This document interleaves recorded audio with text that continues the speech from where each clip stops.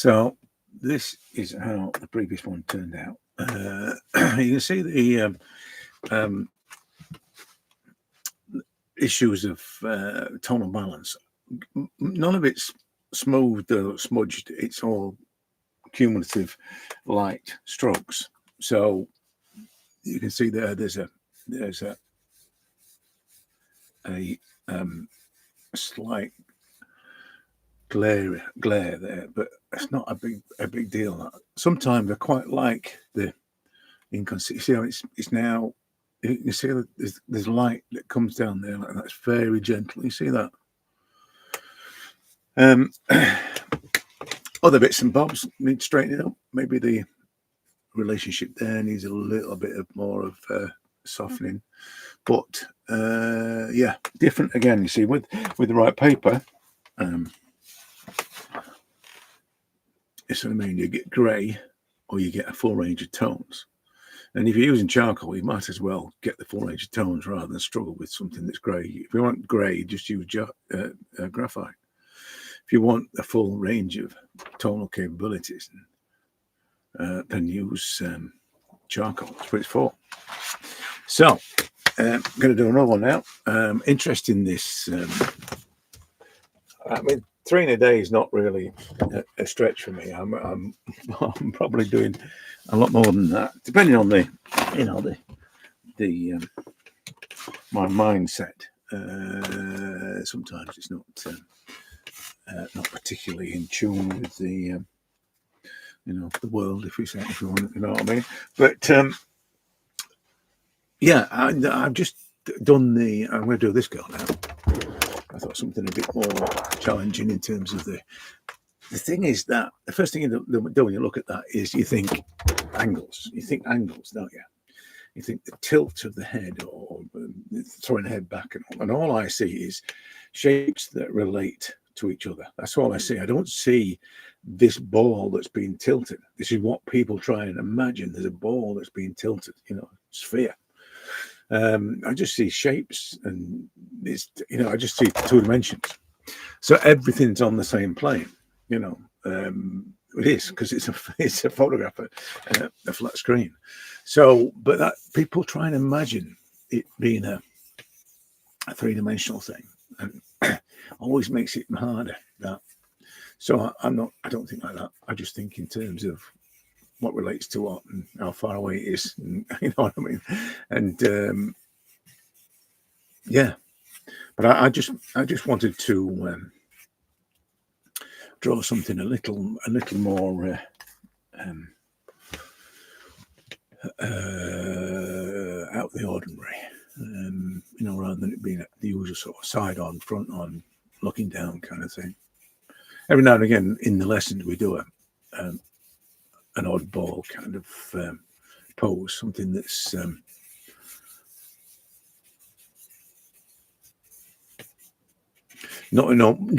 don't like gimmicky stuff though. I'm not really one for those people that draw people with the tongue stuck out and all that. I'm not really into that. I think that's there's the kind of things that people do to show off. Look how good I am at drawing. Look at this. I've drawn every one of the teeth. Look how good I am. I'm not really into that. I'm just happy to complete it. You know what I mean? If I get to that stage, that's for me is the the goal, if you like. If I had a goal, that would be, I'd be quite happy with that rather than look at how skillful I am.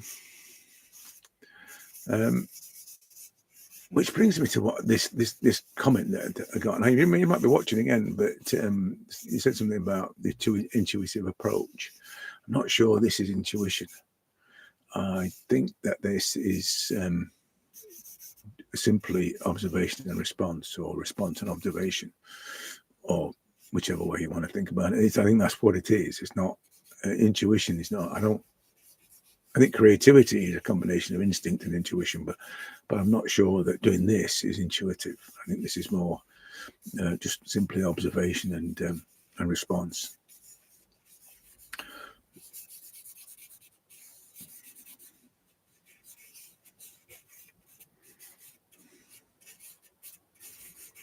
and which is something you can learn.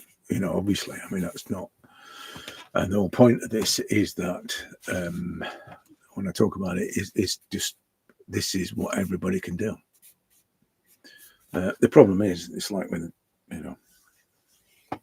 a lot of things in life, you think you should do it like somebody else can do it, and that's the problem.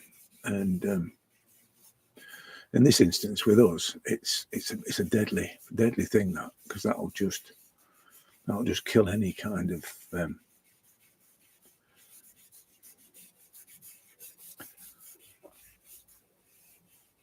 motivation that you might have, because you're thinking about it in terms of, well, how would they do it? That's never, and they'll happily tell you. I mean, I was saying this morning about that with the other one. That there are plenty of people out there who happily tell you how they do it. I'll happily tell you how I do it. I don't mean to say that you'll be able to do it. I'm just going to tell you how I do it. That's it. If it helps in some way, then brilliant. But my advice is don't do it like me. That's my advice. Don't do it like me. Just find your own way. Find your own way of doing it. Don't pinch my ideas. A friend of mine just done a copy of a Sergeant charcoal. Don't do that. Don't do that. It's just, this guy is too good to be doing that kind of. I don't know why he did it, but he's just too good to do that. So I thought he knew better. But people do that, don't they? They do that. They do that, don't they? Anybody who see the comic, the Liverpudlian comic, probably not. Yeah, people do copy. Great. I said that earlier, didn't I? But worst thing you can do is copy another artist's drawings or paintings. Too many decisions, when you're doing it. I'm making decisions now about things. They're my decisions on whatever. I'm not even at the tonal stage yet. I'm still working out where things lie, but I make decisions about things. I'm trying to find a bit of charcoal that's going to flow. At the moment, in the early stages, I'm more bothered about flow than anything. That's the thing. I'm more bothered about the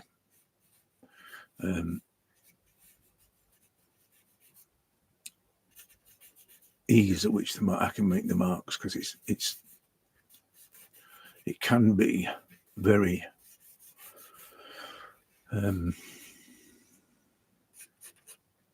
it's gone again. You see, as soon as it goes, as soon as the charcoal goes, it can be very frustrating that the marks are not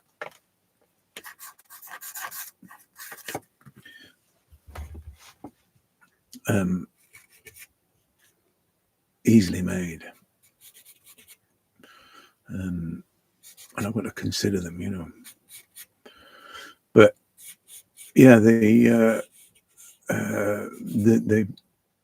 market, the decision I make when I draw, what's important, what's not important, what needs to be focused on, and so on and so forth. They're just my decisions.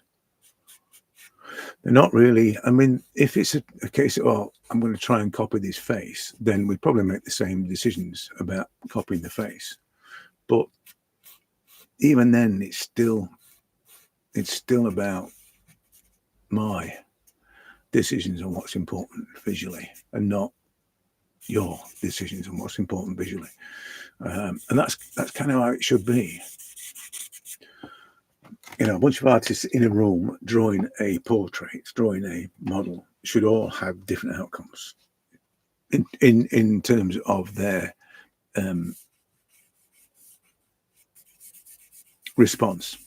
Representational stuff, maybe they should all be the same, but even then, you'd say treatment and execution should vary. But as I say, we all make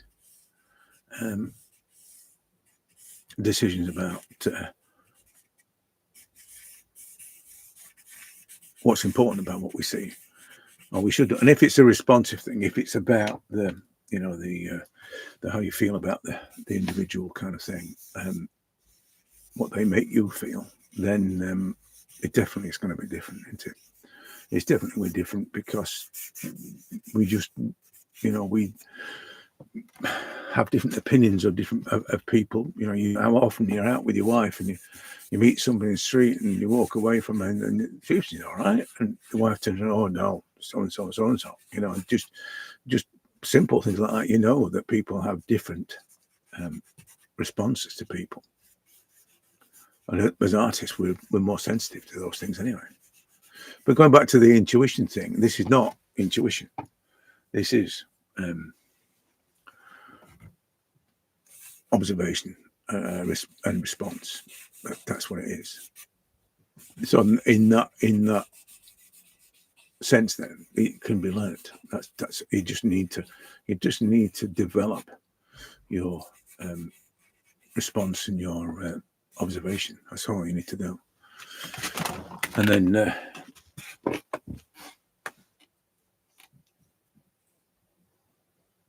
you can do anything. I mean, that's the thing that I like to think about with drawing. It's or painting from life, the freehand stuff. I just think that it's the same whether it's a face of an animal or a face of a human or a landscape or a still life. It's all the same. Observation and response. So once you've learned those things, how to observe properly and respond, then there's nothing to stop you doing whatever. I mean, the next thing after that really is the way you execute it. So you develop a style or something. You develop something. It's not something you deliberately do, but it's just part and parcel of that process of observation and response.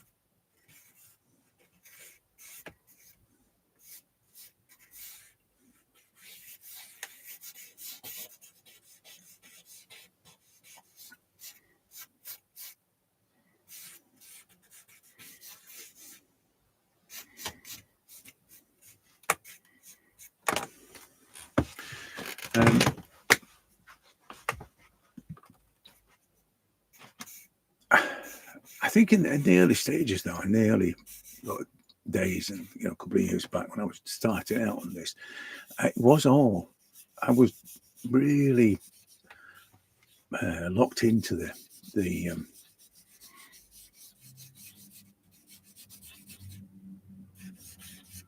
doing of it, really. And I think that's until I got to grips with the relationship with charcoal and the paper and how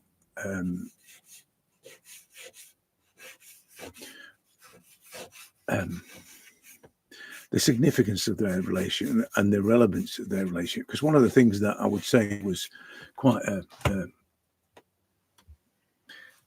development was this, this in the early stages, as this is, as I'm trying to find things, I'm trying to find the distances, and I'm trying to find the locations of things, and I'm drawing a few lines to indicate a little bit of tone, just to give me a better idea of the shapes. As soon as that started to happen, and it evolved from the. If anybody's done some of the course of the workshop, when I talk about early starts, or the beginnings of the drawing, I think it evolved from that it became a little bit more than an early start. So it wasn't those. If you've seen the early starts that I've done, they're quite loose and almost indistinguishable, just basically scribbles. I think now it's got to a point where it's a little bit more than a scribble before I even start thinking about drawing it. So, but I think also the became apparent was this line making thing, the line mark tones making thing. All of a sudden, I mean, I'd spent forever trying to make things perfectly smooth or so you couldn't see the marks that I'd made or the strokes or whatever. Or if the paper broke up, that was a classic one. When the paper broke up, it became mottled or whatever because I'd rubbed too hard on it or whatever. And all of a sudden, none of that matters now. I kind of, it's fine. It's part of it, I just accept what it does. And I use that. I try and use that. So I think it's just been more relaxed. But the thing that it came from was being braver about the mark side of things. I think the whole drawing thing comes from being braver about the way you make marks. So you're brave enough to say, right, that's where the ear is, or it's not no hesitation. What does he say? No great thing comes from a timid man, or something like that. Was Robert Rye. He said that you have to be bold and brave, and he said you have to work as quick as you possibly can and do it in one session if possible. But I think he was referring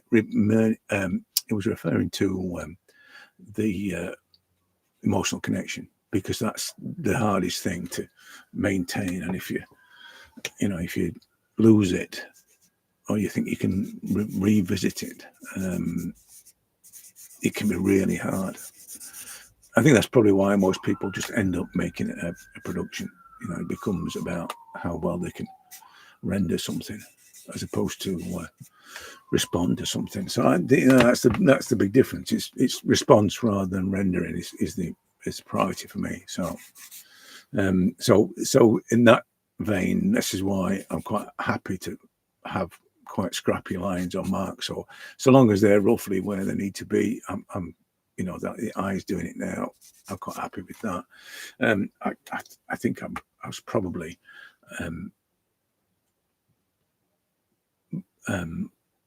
thinking about the implication suggestion side of things as I was doing that anyway. And that only came because I was looking at Sargent's and thinking, well, what is it that is happening with it's with his paintings more than his drawings. His drawings tend to be a little bit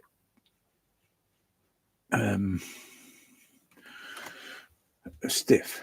They are very precise in a way. So it doesn't have the same looseness. There are some that have got it, but I think he probably refers to those as preparations for painting, and I think they're probably as good as the actual portraits he did in charcoal. So, but it was looking at his drawings, looking at his paintings rather, that made me think about the implication and suggestion thing, and then thinking of drawing as painting, and then thinking, well, charcoal as painting, and then thinking, well, it's neither painting or drawing. It's charcoal. I think that's one of the other revelations. Charcoal is neither painting or drawing. So it's a thing on its own, and it probably shares some of the similarities. But if you think about it as drawing, you're going to struggle. If you think about it as painting, you're probably going to struggle as well. So it's a thing on its own. Just exploit what it does. Trying to make it do it rather than trying to make it do something like another medium would, which is the danger. That's the thing. When people come from graphite to using charcoal, And it's so difficult, they'll say.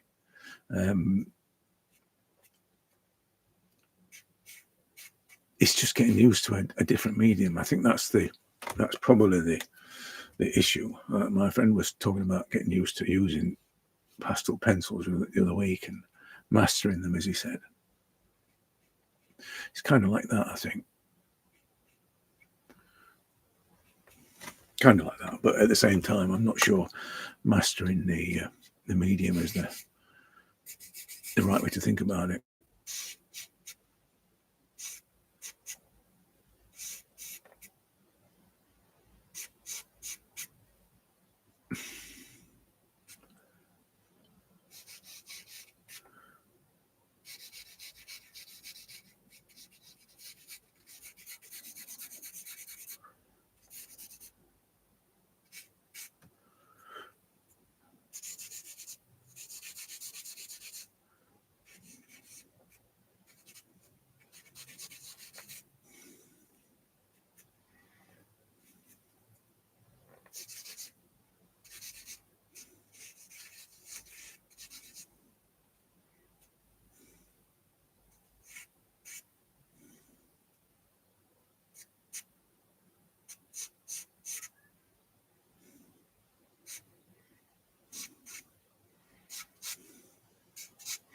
I could understand now why somebody would think of it as an intuition thing, because it's, arts tends, doing this tends to have a kind of a spiritual thing about doing it, and it's always sort of,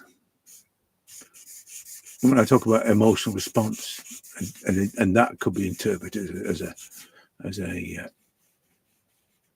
sort of spiritual thing. I don't think it is. I think it's none of those things. I just think it's because we don't think of it as we try to think of it as a practical thing. Everybody tries to think of it as a practical thing. Do this, do that. That's what I was saying this morning about the teaching side of it. Do this, do that, and do other. And hey, rest of it, you've got a drawing or a row of trees or whatever it is that you're attempting to capture with watercolor. But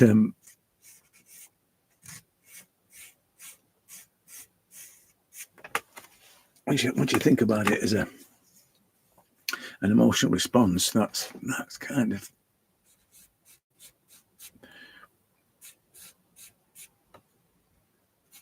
in the realms of spirituality, I suppose.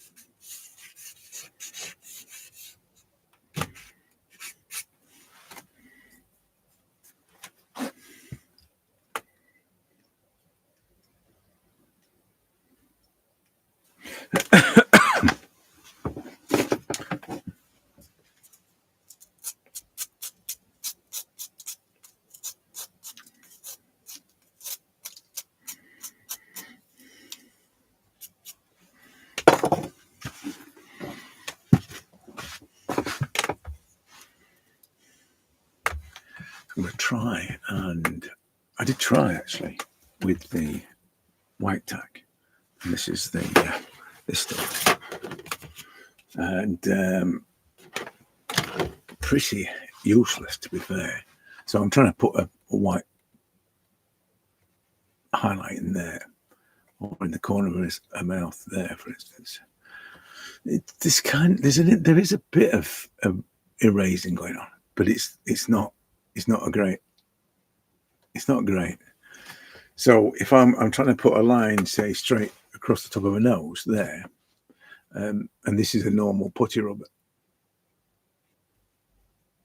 And more chance with this. It's not really working that well with this, but I've got more chance with this than I have with the stuff, the blue tack.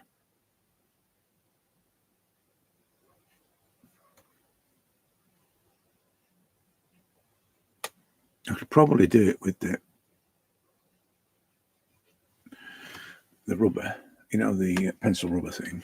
I'd probably do it with that, and then try and tighten it up in some way. But this blue tack is not. So if somebody tells you, that's what I'm trying to get. If you see that video I saw that says use blue tack, just ignore it, because it's not. It's the end. At the end of the day, it's the paper that and obviously the charcoal you use that will determine the success of your whether or not the blue tack or the your rubber will remove. But sometimes, like this is doing now, it acts as a kind of a blending tool. So, that's often all you need to blend, rather than remove. I have seen people, take off back to white, back to paper. Amazing. And it's just, but I think most of those have been powder coated, if you know what I mean. They put the charcoal on in as a brush, and so it's not impressed in the paper at all. So you're not trying to remove it out of the paper. You're just taking the surface, which is always going to be easier than trying to remove it off the out of the paper.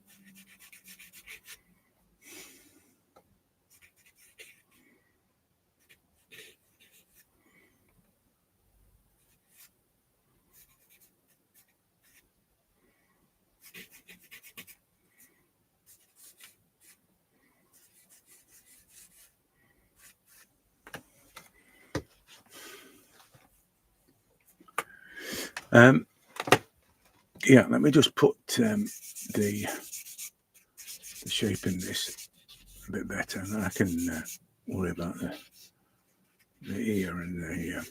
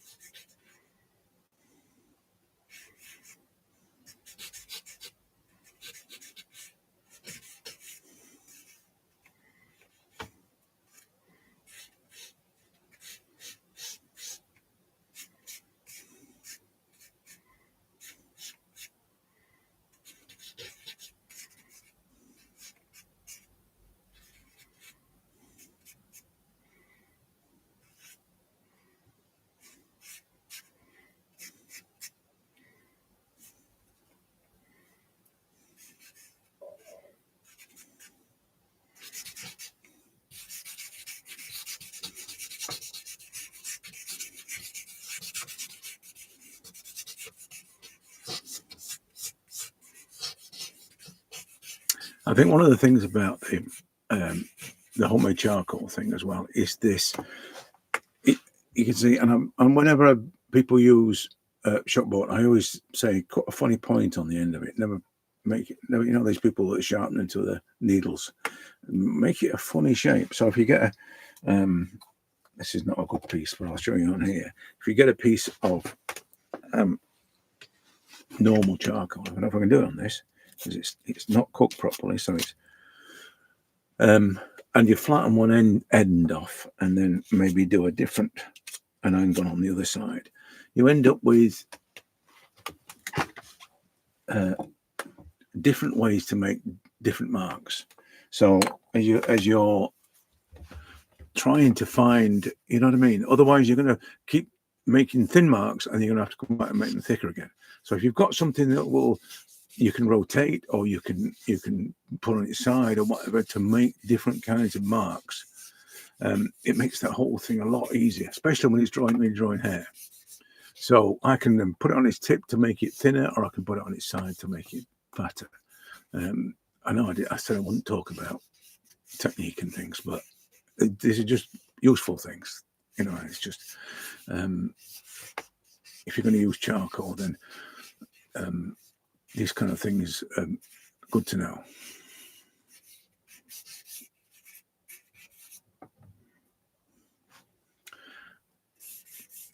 I'm going to get rid of the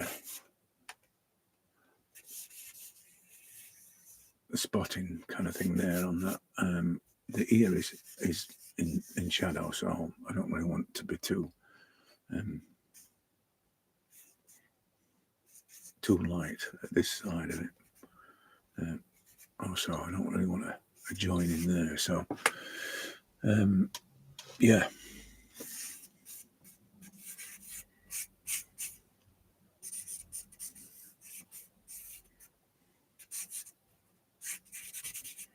I'm just going to make everything else darker that needs to be dark. And I'm going to be some kind of, because there's highlights on this side. You can see it's all lit on that side. So there's going to be some tone down that side. There's got to be, otherwise you're not going to see the hair.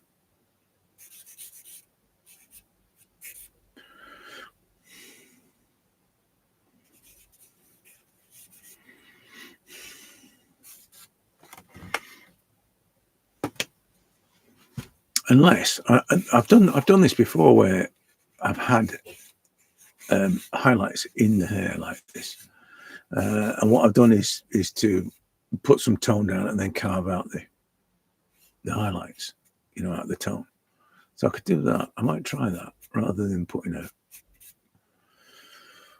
a background on it.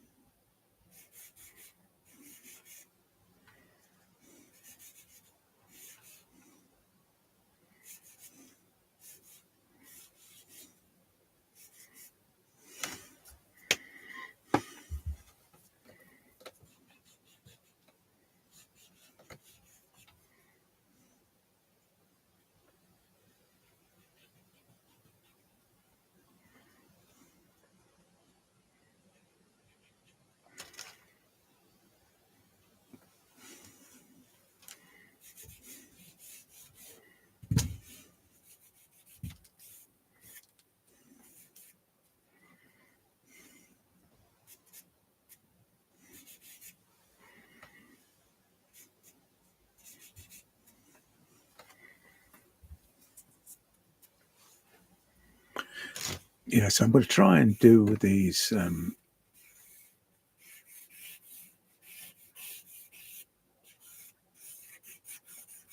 wispy highlighted hairs as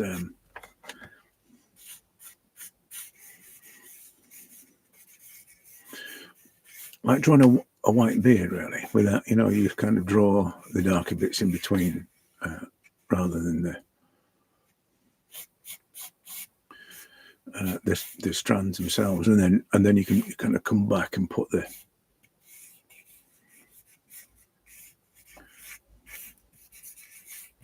the definite lines in between. I think I've seen that when I've done a beard, it's always been a bit kind of solid, and then there's sort of carving out the highlights within it.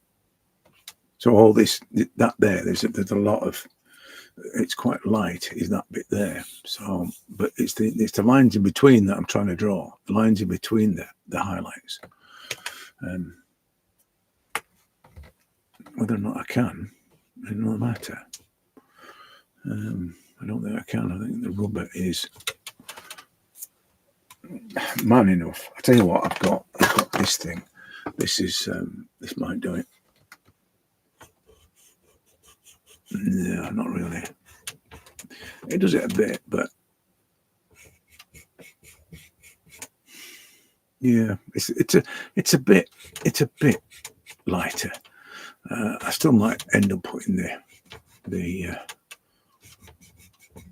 background on it, and then carving it out from that. But what I wanted to do really is not put a background on it. It's not too bad, actually.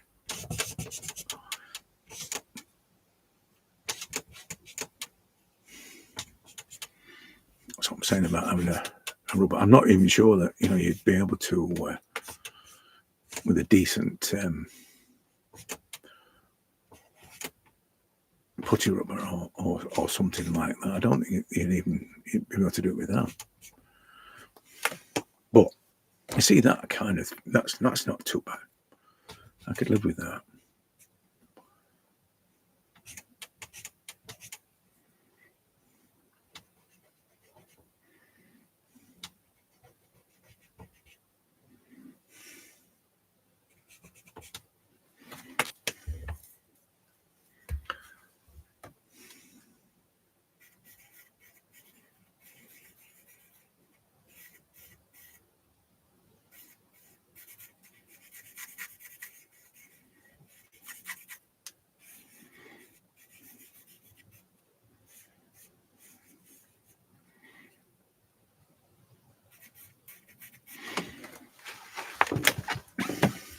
Sharpen this charcoal.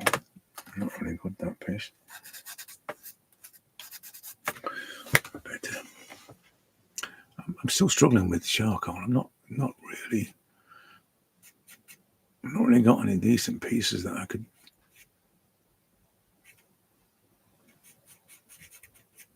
use with any kind of control. It's all a bit scratty. But you can only work with the tools you've got, can't you? I only say something else that's a bit rude, but I won't say that. Yeah, I think that's okay. I think I'm going to live with that. How much this is terrible. I was hoping that let me use this piece I used before. Let's see if we can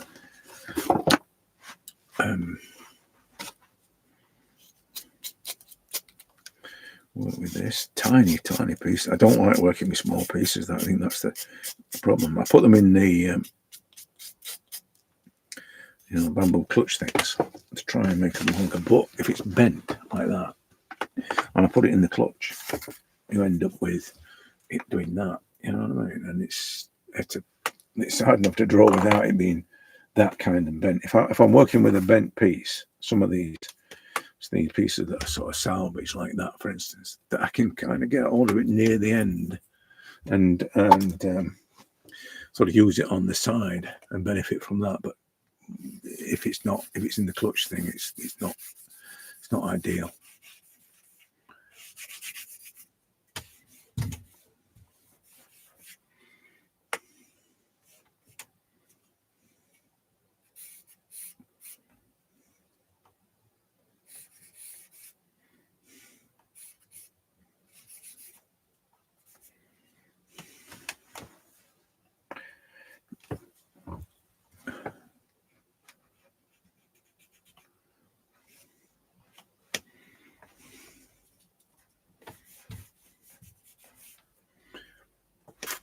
Yeah, so I'm going to now I'm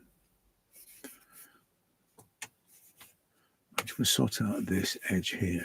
Just get this tone sorted out here. It's quite dark in there. It is definitely, the hair is visible there, but you know, this edge here, but it's also quite dark in there.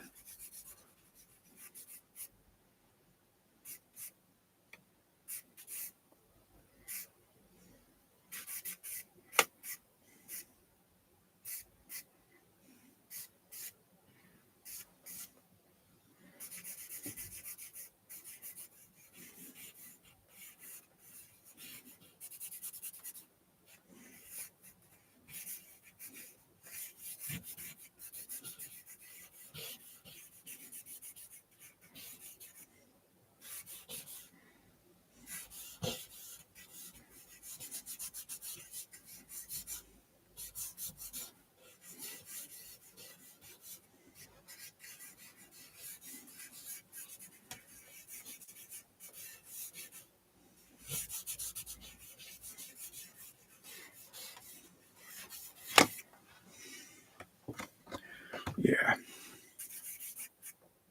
Yep.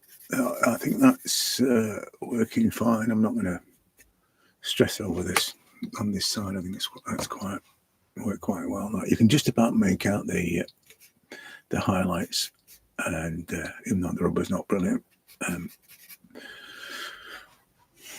and yeah, it's a bit like the previous one. It gets to this stage, and then it's, you know, minute changes in tones, the nuances, as they say, of tiny little changes and layers. Not quite sure whether or not layers is something that I do. I think that I've got a friend who's big, you know, a big charcoal guy, really top notch, and he fixes it between, you know, stages. I think that's kind of layering. Not sure that what I do is layering. I mean, I work over the top of things. Whether or not that's working in layers or not, I'm not sure. But yeah, it's I don't know. I think the bottom line, I suppose, and I was trying to get this across today, was that, you know, for all the experts out there, they're telling you how to do this and how to do that, there is your way, and that's the best way. And if that forces you to think about what exactly is that you're doing it for and why you want to do it, then so be it. That's a good thing. Because if it is to make photographic replicas, then great, go for it. You know, put the work in, so to speak, which is what that is. But maybe it's not that. Maybe it's something else. Maybe it is about your response to something.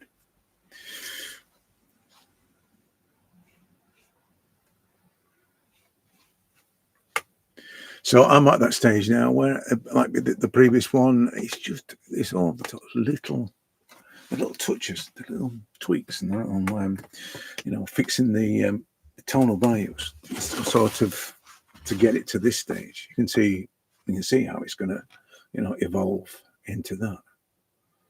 You know, I start to just to, as I said, just tweak the things, just tweak the the tones, and it might only be just doing that. I'm also going to leave a lot of this.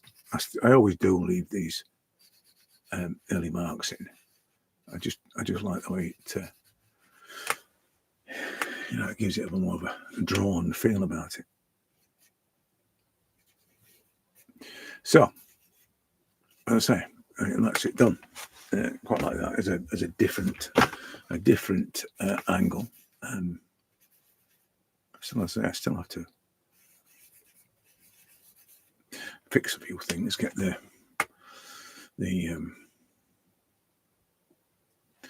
definite markers in the right place. I watched Paul Ingbertson today talking about markers. If you've not seen him, you got to watch him, because what that guy knows is amazing. I mean, it's obviously